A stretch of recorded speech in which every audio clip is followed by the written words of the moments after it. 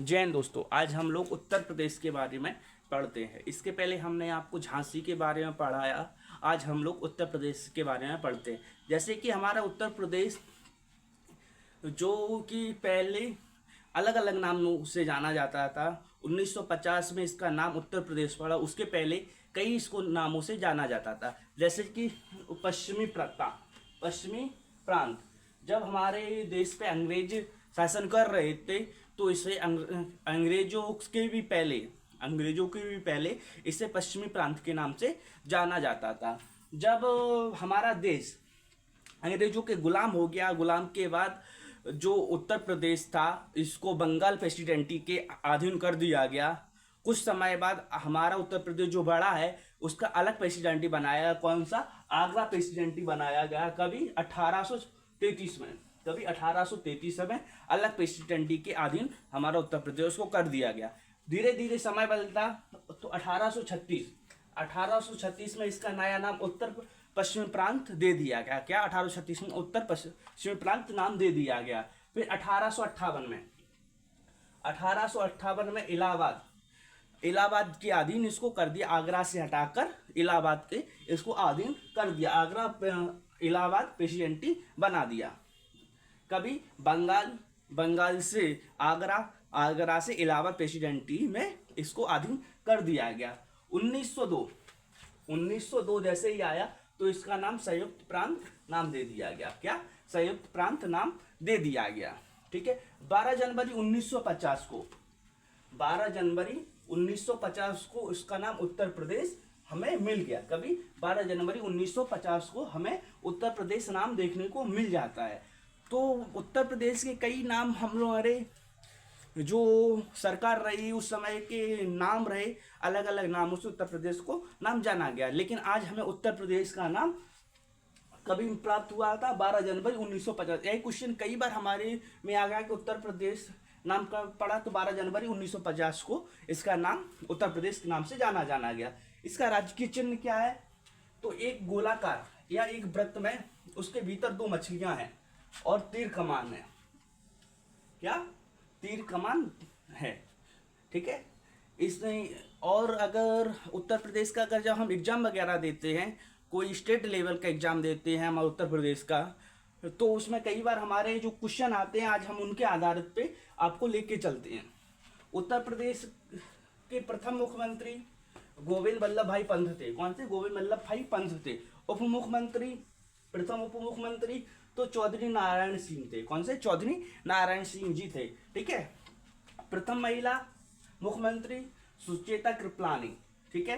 प्रथम राज्यपाल सरोजिनी नायडू थी। कौन सी? सरोजिनी नायडू थी। उत्तर प्रदेश में 4 मंडल हैं जो आर्थिक मंडल हैं। जो 4 आर्थिक मंडल हैं उनमें से पश्चिम आर्थिक मंडल, पूर्वी आर्थिक मंडल, मध्य आर्थिक मंडल और बुंदेलखंड आर्थिक मंडल, यह 4 मंडल आते हैं। और जो हमारे जो पीसीएस की क्वेश्चन है अधिकतर उनमें इन 4 मंडलों में से एक मंडल को हटा दिया जाता है और उनमें से ही छांट के लिखना पड़ता है कि कौन सा मंडल नहीं है।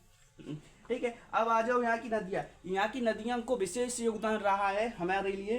गंगा, घाघरा, गोमती, सोन, यमुना, केन और बेतवा। जो केन बेतवा है जो बुंदेलखंड पे अपनी सीमा भूगोलिक रूप से बनाती हैं।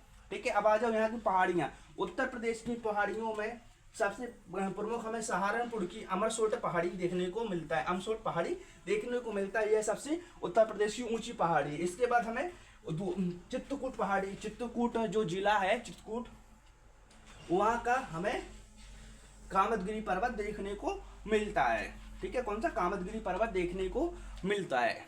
ठीक है। इसके बाद हमें यहाँ पे सीटों के बारे में जानकारी हो जाए थोड़ी सी। इसमें यहाँ पर लोकसभा की सीटें 80 हैं, राज्यसभा की सीटें 31 हैं, विधानसभा की सीटें 443 और विधान परिषद की सीटें 100 हैं। सबसे ज़्यादा लोकसभा की सीटें उत्तर प्रदेश में हैं और विधानसभा की सीटें भी सबसे ज़्यादा उत्तर प्रदेश में हमें देखने को मिलती हैं। ठीक है। अब हम इनके क्वेश्चनों के आधार पर इनको पढ़ लेते हैं। जो उत्तर प्रदेश का मेरठ है, वहाँ से को जब मंगल पांडे को फांसी दे दी गई तो 10 जनवरी 1857 की क्रांति यहीं से प्रारंभ हुई थी। कहाँ से? मेरठ से क्रांति प्रारंभ हुई थी। मेरठ में ही कागज उद्योग और खेल उद्योग भी है। क्या? कागज उद्योग तथा खेल उद्योग भी देखने को मिलता है। गाजियाबाद, गाजियाबाद में औद्योगिक क्षेत्र है। क्या? गाजियाबाद में उत्तर प्रदेश का औद्योगिक क्षेत्र की बहुत बड़े बड़े कारखाने वगैरह लगाए पूरे हैं। रामपुर, जो रामपुर है, यहाँ का चाकू दुनिया भर में प्रसिद्ध माना जाता है। इसके बाद कानपुर, कानपुर चमड़ा उद्योग, चमड़ा उद्योग जो बेल्ट वगैरह है, ढोलक वगैरह है, तबला वगैरह है या जैकेट वगैरह, ये जो चमड़ा यूज में आता है वो कानपुर क्षेत्र से अधिकतर प्राप्त होता है। ठीक है। आगरा, जो आगरा है, यहाँ का पागल खाना सबसे प्रमुख है। आगरा का पागल खाना उत्तर प्रदेश में सबसे ज़्यादा चर्चित में रहता है। और आगरा का ही ताजमहल, आगरा का ताजमहल विदेशी जो पर्यटक आते हैं वो आय का बहुत बड़ा स्रोत बन जाता है। इसके बाद इलाहाबाद, इलाहाबाद में ही वायु सेना अड्डा है।